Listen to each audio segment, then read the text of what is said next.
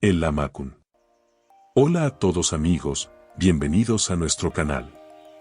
El lahmacun es un platillo popular en la cocina turca, aunque también se puede encontrar en otros países de la región, como Líbano, Siria, Armenia y Grecia.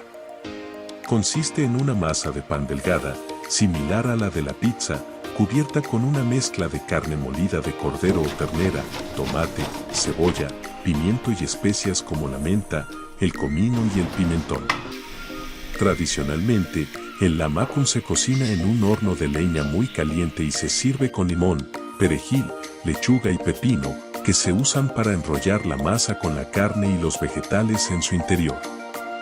A menudo se sirve como plato principal en los restaurantes turcos, pero también se puede encontrar como aperitivo o comida callejera en los mercados y puestos de comida.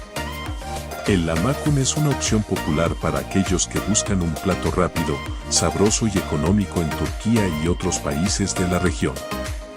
También es una opción popular para los vegetarianos, ya que se puede hacer una versión vegetariana sustituyendo la carne con verduras picadas como el champiñón o la berenjena.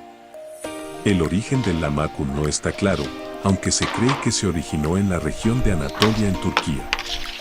La palabra lahmacun proviene del turco lahmacun, que significa masa con carne, y es un plato popular en la cocina turca desde hace siglos.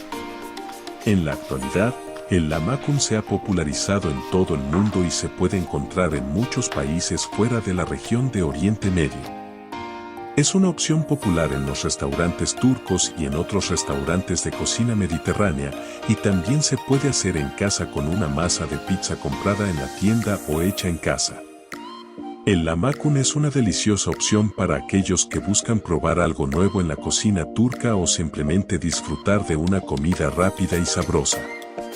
Es fácil de hacer en casa y se puede personalizar con una variedad de ingredientes y especias para satisfacer los gustos de cada uno. Gracias por ver, nos vemos en nuevos videos, quédate con amor.